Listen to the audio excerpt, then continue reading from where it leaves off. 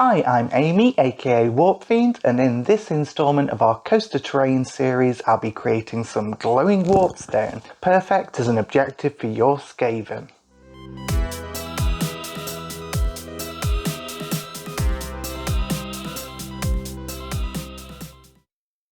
While OSL effects can be incredibly complicated to pull off, on a quick scenery piece like this you can achieve some really nice effects with the minimum of effort. It's not just for you Skaven fans either. You can choose to paint these glowing gems in any colour you like that fits in with the theme of your army or terrain. Without any more fuss, let's get into it. I'm going to roughly tear up some cork sheets into big chunks. This stuff is great for basing minis and building scenery, and you can pick it up pretty cheap. Next is my crystals. These are some of those plastic diamonds that tend to be used to decorate dining tables at weddings. You can scoop up a handful next time you see them, or get them from most discount craft stores. I'm going to choose a mix of different sizes. I attempted to break these up, but I failed. These things are pretty tough and it's fairly late, so I don't want to wake up the neighbours with any louder banging. Oh well, these will be whole crystals. I start by coating the pieces in glue and getting a rough position down. Rather than fill the gaps, I'm just going to cover up the cork with texture. First of all, I scatter some medium rocks. Then I sprinkle areas of it with sand. Finally, I use a bit of Geek Gaming Scenics to build up this rough mix of grass, dirt and stones. I add a few different types of grass tufts. I'm pretty fond of the ones that look like those crests you can grow on your windowsill. Also some little bits of foam bushes and some of these alien looking plants from GW. This is where you can just get creative with your basing materials. I'm going to apply them all on the base and just soak the whole thing with watered down PVA. When this is dry, I drown it in PVA again. This should hold the whole thing together. Before we continue, let me pass you over to Autumn Witch to talk about Bleeding Tree Gaming.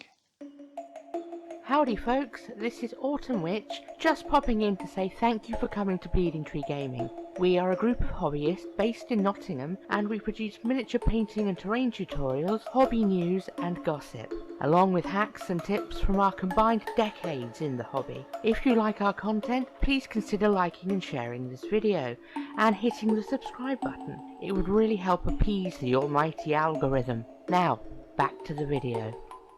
Now to paint. To set up a light source, I'm going to start by getting those deepest shadows in, so I start by spraying the whole thing black. Next we add the ambient light. I'm going to spray some diluted white over the whole model, trying to keep the spray from above so I create all these lovely shadows. I don't want to go too bright with this, as for a proper glow effect the rest of the scene needs to look dimly lit. Once I've established that ambient light, I'm going to colour it with some quick patchy sprays. First Inktense Wood, and then Warp Lightning.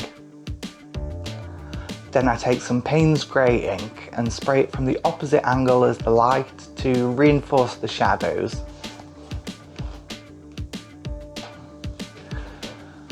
I'm not going to do a whole lot of brushwork on this piece, but I do want to give it a heavy, stipply dry brush with some Arctic Blue. After that, I give the whole thing an oil wash of a mix of dark rust and faded navy blue from Abtalung.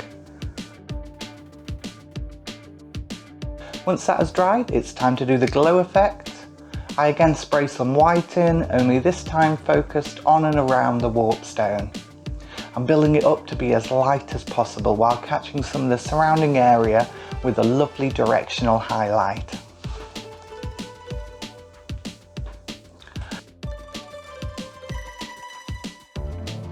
I'm going to blend the glow effect out a little, so I spray a little achromatic blue around the edges of the glow.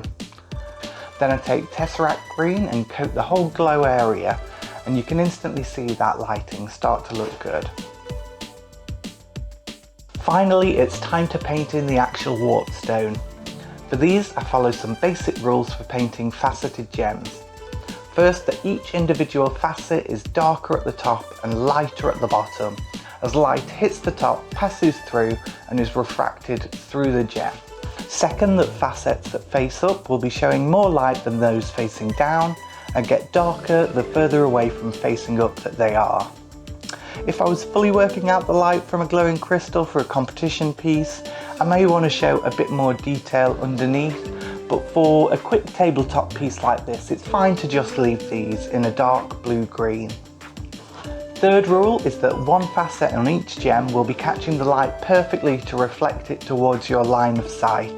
This will be on roughly the same angle on every gem, and you should paint this facet much brighter than the others. With these 3 rules, you can pretty easily work out all those different angles of reflection that can seem intimidating. I build up some rough blends pretty quickly and highlight all the edges with white. Then I glaze it with that Tesseract glow to tie it all together.